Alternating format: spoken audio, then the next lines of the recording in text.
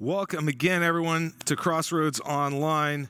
And we are in a series right now entitled Summer on the Mount. And I can't believe it. We're in the home stretch of summer right now. I know it's crazy. We're in August. I can't even believe it. But throughout this series, we've been going through the most iconic sermon ever preached, given by the most important voice in all of history, Jesus himself. We've been going through the Sermon on the Mount. And in this sermon, Jesus cast this incredible, bold vision for what life could look like, for what life should look like in the kingdom of God. And today we're going to unpack one of the most quoted passages, sayings that you might have ever heard in Scripture. Even if you don't go to church, you've probably heard this said before: do not judge. Or maybe judge not. Have you heard that before? I'm sure we all have. Don't judge. You might not know that Jesus himself said that. And when we hear that, do not judge, all kinds of things probably go through your mind. What did Jesus mean by that? Did Jesus mean that we should never speak the truth?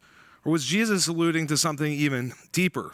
Because that one phrase, do not judge, isn't just about how we treat other people. It is about how we treat other people, but it's also an invitation, a challenge to look at our own hearts. What's going on in our own hearts?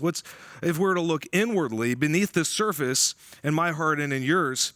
And what I hope that we'll see in this passage and what Jesus speaks to here today is this, is that you can't help others see clearly if you won't first face your own blind spots. You can't help others see clearly if you have a blind spot in your own life.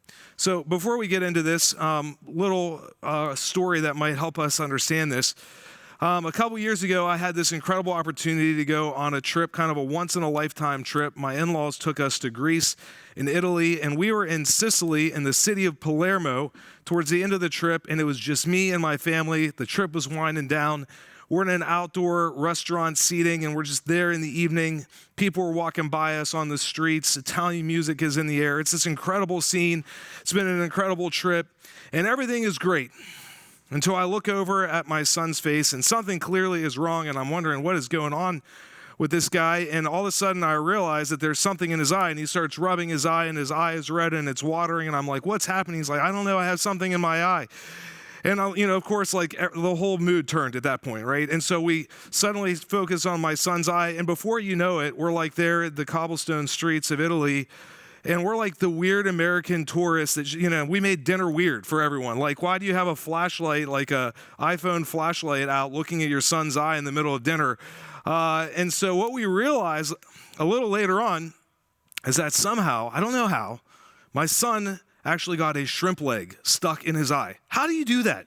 How does someone get a shrimp leg stuck in their eye? I don't know. I've never had a shrimp leg in my eye. I don't know if you ever have before.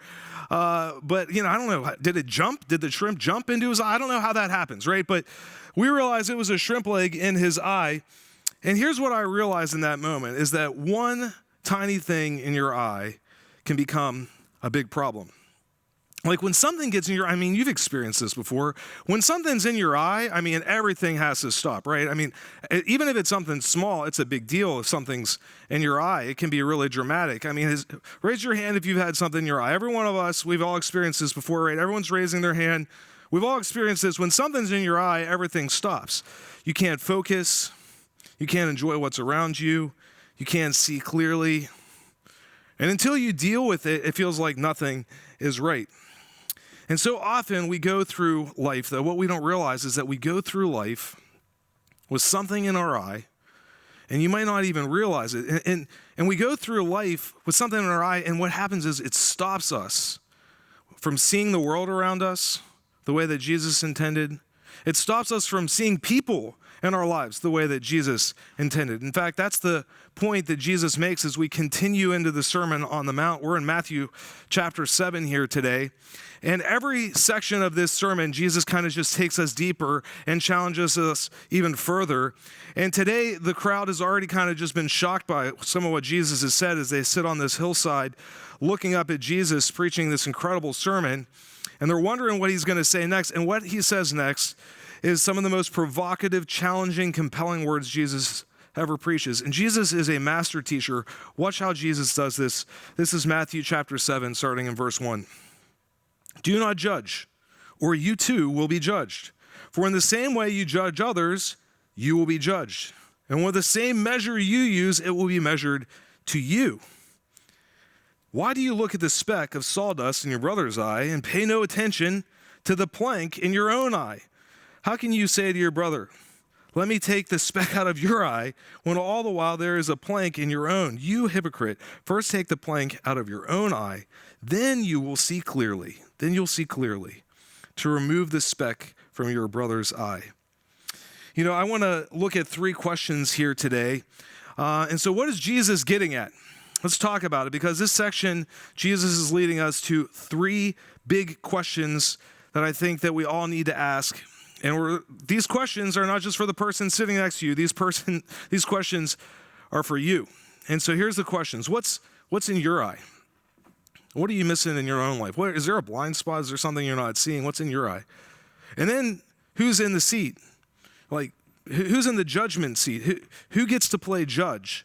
And then the last one, how will you see? What kind of vision does Jesus want to give you? Because Jesus wants to give us a different kind of vision and allow us to see the world differently. And so let's start with the first one, the first question that Jesus leads us to, and that is, what's in your eye? When Jesus says, he says this, let's go back to the passage for a second. Matthew 7:3 says, why do you look at the speck in your brother's eye, but pay no attention to the plank in your own?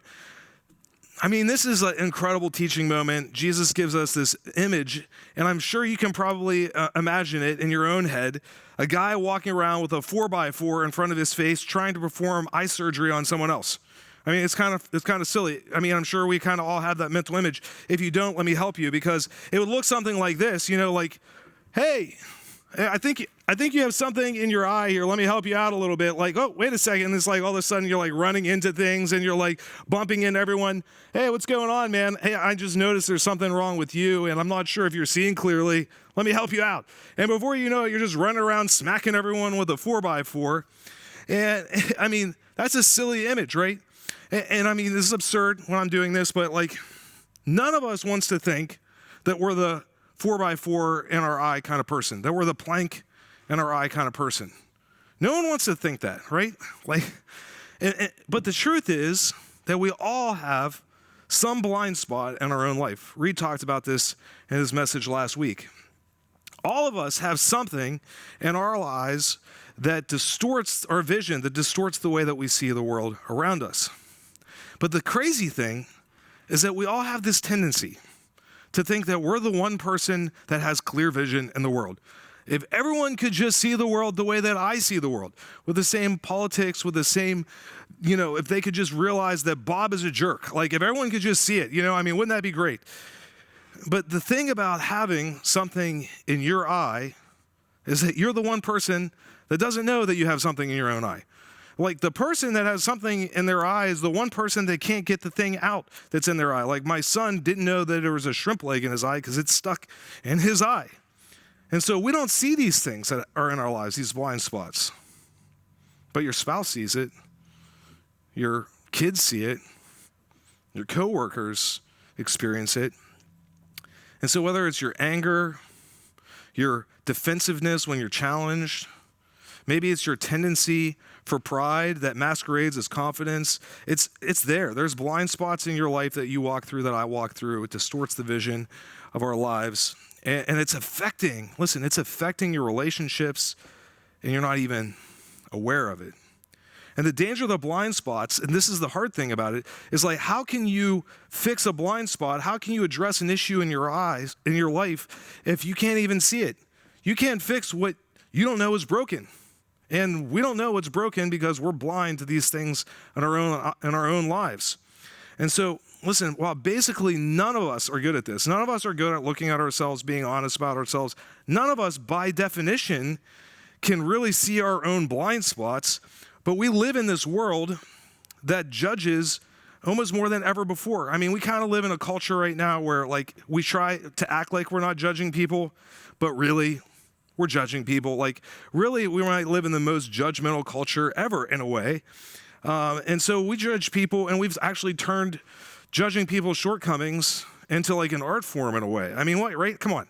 We judge parents walking in the park. We judge coworkers in meetings, strangers at the gym, pastors, politicians, influencers, friends. And we judge people for all kinds of things. We judge for people how they vote and how they dress, how they post, how they parent. And social media has just elevated this to the public square, and it's turned the whole thing into kind of a sport, basically, where we're just judging each other all the time. Let's be honest, though, and I wish I could say that the church has been really good at this, and that we haven't been judgmental. But unfortunately, sometimes Christians in the church are known as just as judgmental or maybe even more judgmental than the rest of the culture. And so let me say this.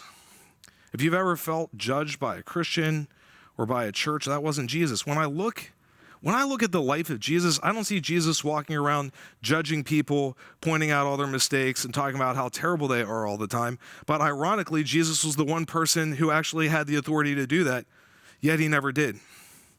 Now, there's a tool that I think might be helpful to help us understand this blind spot area of our lives. And I'm going to call it the blind spot box. There's different names for it that you may have seen this before. But there's 4 different quadrants, 4 different areas. There's things that you see and there's things that you don't see. There's things that other people see, and then there's things that other people don't see and don't know. So let's look at them one at a time. The first one, something that you see and other people see, those are the things that are known. Those are the public things everyone's aware of, right? Everyone sees this stuff. Like everyone knows that your name is Tom. Everyone knows that you like coffee because you got coffee in your hand. So, it's okay. These are not things that are secrets to anyone. Everyone's aware. Maybe it's that you just talk really fast when you're excited and you're like aware of it. Everyone else is aware of it. It's just like that's who you are. It's known. But then there's things also that are private, things that you keep to yourself, right? Things that you don't want other people to see. Things that maybe you think to yourself, but you never say out loud. Like what you're actually feeling in a meeting, right? Or that comment that you deleted before you hit send. Or maybe it's what actually happened when you went to Las Vegas, right? What happened? What happens in Vegas stays in Vegas, right? Or maybe there's this one though, the unknown. And these are things that both you can't see and no one else can see. And the only person that can see them and is aware of them is God himself, right? Those are the unknown things. This one's a mystery, stuff only God knows about you. It's the hurt that you're not aware of in your life that happened to you. It's maybe a gift that God's given you that's never surfaced yet. And God sees this gift, this potential in you, but you don't see it in yourself right now. And then there's this last one, and it's the blind spot. And this is the area that I want to focus on. What others see in you and are aware in you, but you don't know about yourself. And this is really the focus that we're looking at today. And so for you, maybe what's some blind spots? I mean, it's like maybe the tone that you have when you're really stressed out and you're not even aware how it comes across to people. Maybe it's your tendency to interrupt or how you come across in text messages. Or maybe it's the fact that you have bad breath. I just have to say, like some people, that's a blind spot. Like you're not aware you got that stank going on, right? But the crazy thing about blind spots, the blind spot box, is that you're the only person that's unaware. Everyone else knows, and you're the only one that's surprised by these things. Everyone else is like, yeah, that's Joe. Like, that's just who he is, right? And so Jesus speaks to this area, this specific area, this blind spot area of our lives, and he says, look, until you address the plank in your own eye, you're not going to be able to help anyone else with what's going on in their own lives. And so, what happens a lot of times is that we're walking around blind. We're walking around blind. We don't even know what we're missing. We don't even realize that we're running into people. Sometimes it reminds me of this. My dad, I remember when I was younger, I think my dad was like maybe 45 years old. My dad had never worn glasses. One day he just shows up at the house and he's got glasses on. And I'm like, Dad, what's up with the glasses? He's like, I don't know. I went to the eye doctor and it turns out that I need glasses or whatever. And I was like, really? He's like, yeah. And so later that day we go outside to eat dinner on the back porch and he looks out at the trees and he says, Kevin, did you know that the leaves have little lines on them? And I was like, yeah, Dad, that's what leaves look like. There's like little lines on the leaves. And he's like, he had not seen leaves with that kind of clarity. He didn't realize how much he had been missing all those years. And it's been so long since he had seen clearly that he had missed it until everything came into focus in this moment. And that's what happens with the blind spots in our lives. It blurs in our lives what should be clear. And until you see it, And until you can name those things in your life, you can't address those things in your life. And sometimes that's why the most powerful prayer that you can pray is, God, what am I not seeing? God, what am I missing? God, I know that there's something I'm missing in this relationship, in this situation, in my own life. What am I not seeing? See, until we admit our blind spots, we're just going to keep walking around with a big old 4x4 in front of us, swinging that thing, running into people. And we're going to be running into people, and as that happens, we're going to be hurt and confused whenever they respond. We're going to hurt people. We're going to misunderstand situations. We're going to sabotage relationships, and we're not going to understand why it's happening, and we're going to blame other people while we're doing it. And so Jesus says here in this passage, slow down. Look in the mirror. And maybe, just maybe, trade self-righteousness for self-awareness. Because only then can you begin to see clearly the world around you. And so that leads us to the next question that I want us to look at, which is this: who's in the seat? Who's in the seat? Because once you deal with what's in your own eye and you begin to understand that, Jesus wants to address this posture that you have towards others. And so Jesus shifts the focus in this part of the passage, and it shifts from us looking inward to us looking upward. Because in other words, and so the question here in this passage, in this part of the passage is, in other words, before you go on judging someone else, ask yourself this question. It's a hard question. Who actually handed you the gavel to judge them in the first place? Who made you judge in the first place? And this is kind of what Jesus says here in verse 1, right? He says, do not judge, or you too will be judged. For in the same way you judge others, you will be judged. And with the same measure you use, it will be measured to you. I mean, so there's this kind of judge imagery, right? So just for a moment, picture yourself in a courtroom. You're in the courtroom, and as you're standing there, right in front of you in an elevated position is the judge, right?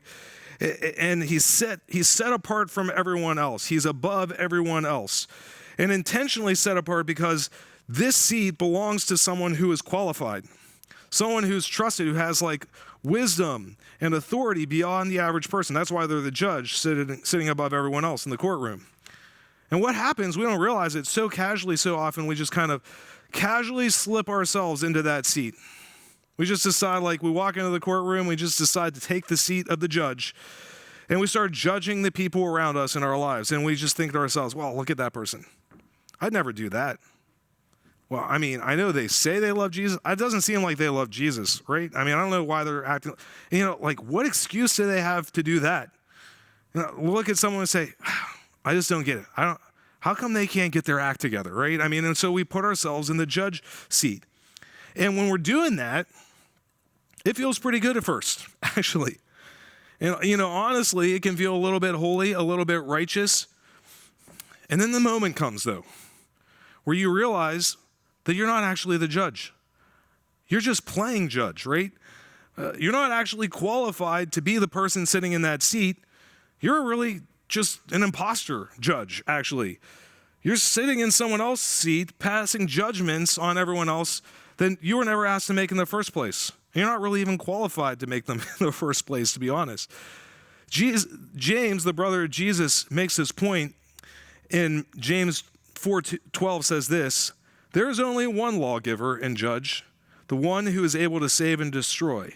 But you, who are you to judge your neighbor? Did you catch that? How many judges are there? 10 judges? 35 judges? No, there is one judge. Only one person is qualified to sit in that seat, and the seat's already occupied.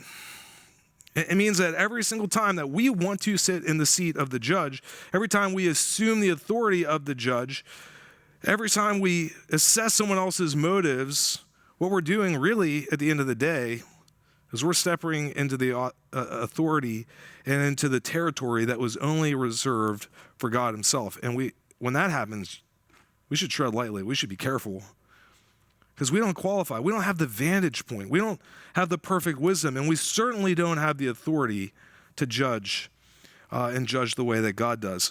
And so trying to occupy that seat, what ends up happening is it costs us.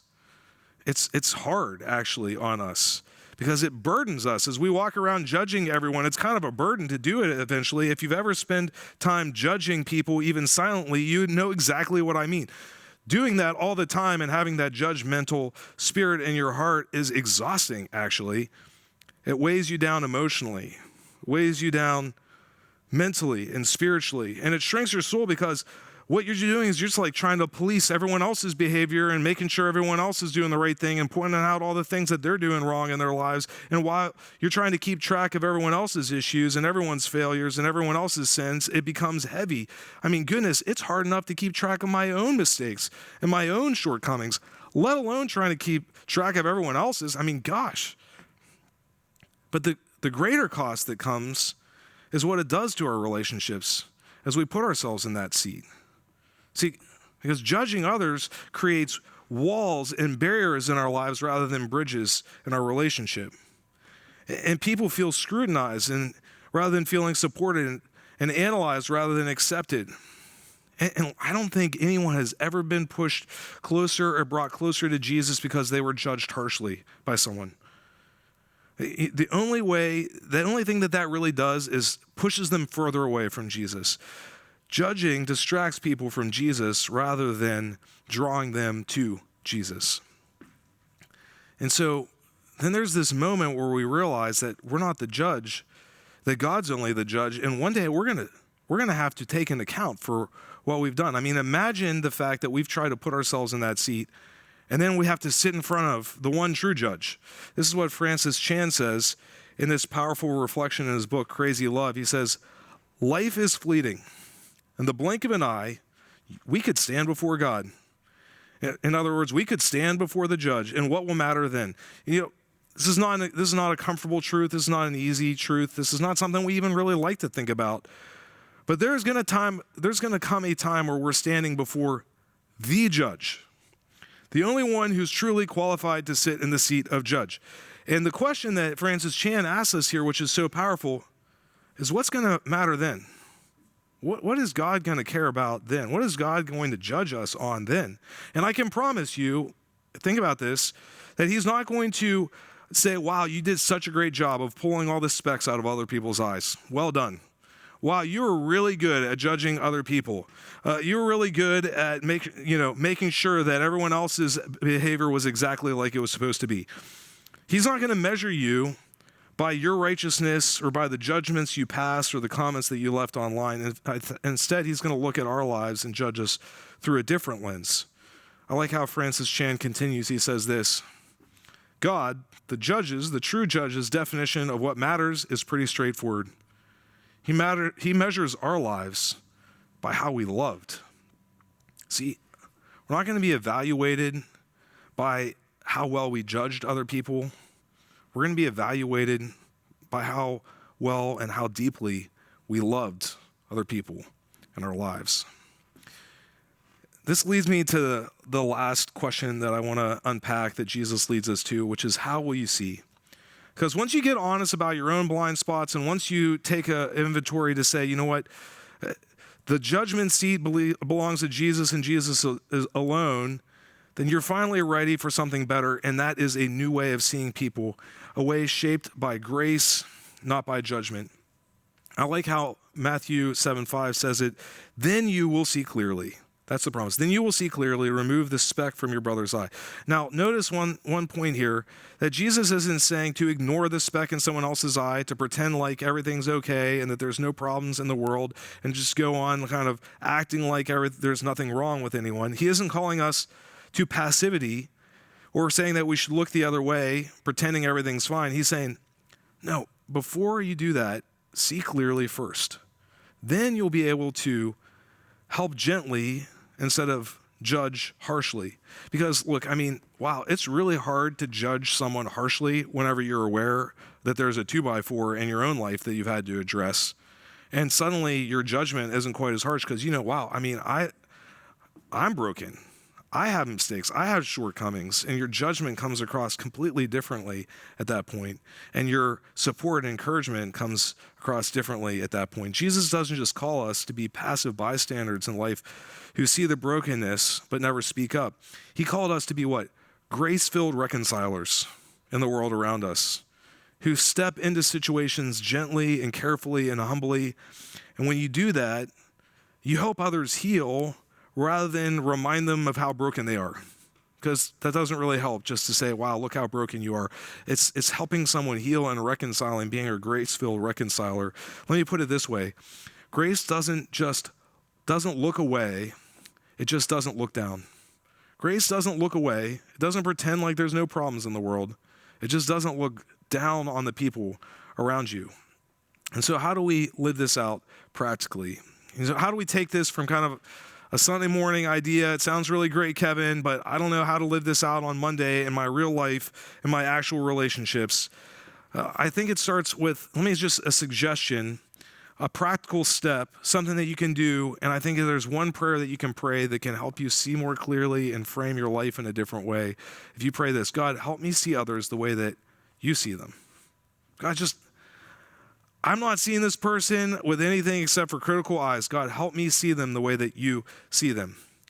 You know, that might seem almost too simple, but here's why it's so powerful. It's because that one prayer reframes our default settings. We all have this instinctive reaction, our first move, our modus operandi, the snap judgment, the quick assessment of people's motives. But this prayer forces us to slow down our reactions. It centers your heart, and it reminds you of your place, and it reminds you of God's place.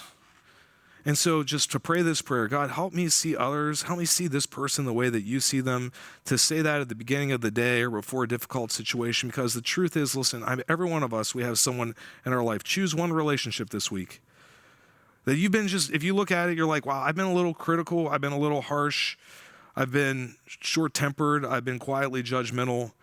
And for this week, to look for the good rather than the bad. Instead of pointing out their mistakes, actively start looking at that person in your life that you're struggling with and try to find something positive in their life. And then call it out and say, wow, you know what? I saw this. I see this in you. Wow, I see the way you're growing. Wow, the way you do that is incredible. Encourage it, affirm it. You know, maybe it's this coworker who frustrates you every day, a spouse or a teenager who's caught in the constant cycle of tension, miscommunication, friend or family member that you've just quietly judged from a distance. Maybe you don't even say it out loud, but you know it's in your heart. Whoever it is this week, this is the encouragement. Choose grace over judgment. Choose encouragement over critique. Because when you call out the good in someone, what you're really doing is you're partnering with the work that God's already doing in their lives. Because God's already working in their life, and it's just saying, I see this in your life. I see God moving in your life. You become part of the restoration that Jesus is about in the world around us. You know, as we finish today, I just want to say this. You know, it's not about behavior modification, try to do this right, try to act a little bit better, try to be a little better person. What this is really about is so much bigger. This is about restoring your vision.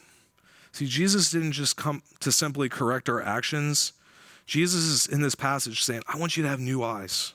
I want you to see the world clearly. I want you to see the beauty that I put into the world around you and the people that I put into your life. And that's why this passage, there's actually a promise in this passage that says this, then you will see clearly. I mean, we kind of skip right by this one verse sometimes and we miss that in the midst of this teaching, there's a promise. And the promise is that if you live this out, you're going to see clearly.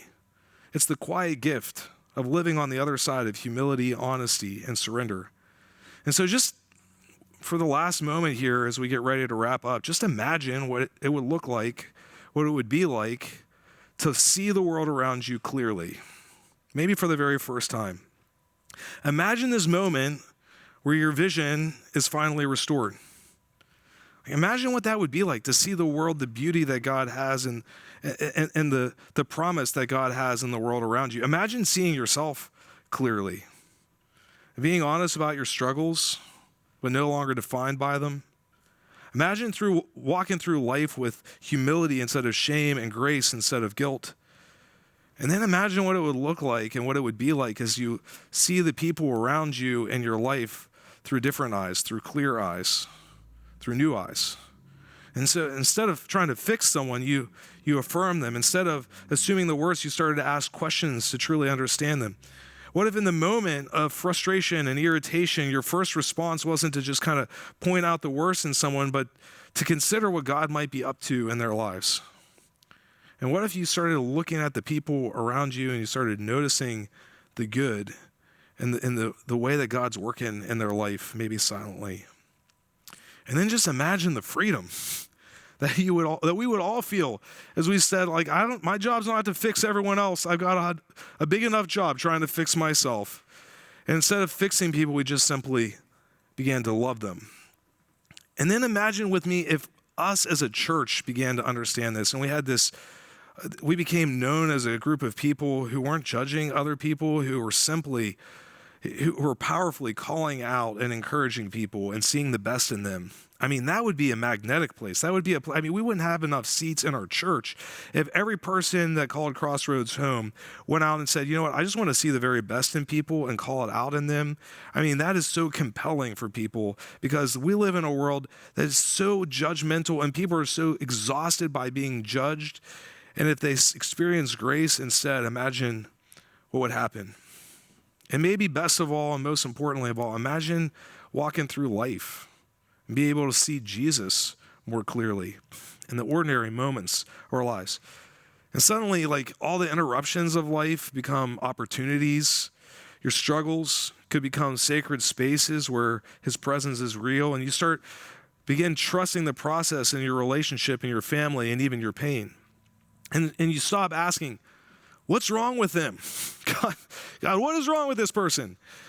And instead you start saying, Jesus, what are you doing here? Jesus, what are you up to in this person's life? See, because when Jesus clears your eyes, you don't just see differently, you begin to live differently. And you see the whole world around you differently with clear eyes, the way that God intended you to see. And suddenly what happens is the world around you begins to look a lot more like the kingdom Jesus preached about in the Sermon on the Mount. Let me pray. Lord, give me new eyes, Lord. Help me see people clearly. Help me see the world clearly. I admit the fact that so often I walk through life with something in my eye, a plank in my own eye, and I miss the beauty of the world around me, the way that you're working in the lives of people around me. Lord, help us all have the courage to look at ourselves, to see our own shortcomings and our own failures. Not Lord, because you want to guilt us, Lord, but because you want us to remove these things in our lives that stop us from seeing the beauty of the world around us and the people around us, Lord. And so, Lord, renew our vision, allow us to see exactly what you're calling us to see, Lord. Allow us to love people and not judge them. Allow us to call the best out in people, Lord. We want to look more like you. We want to see the world like you see it. In Jesus' name we pray. Amen.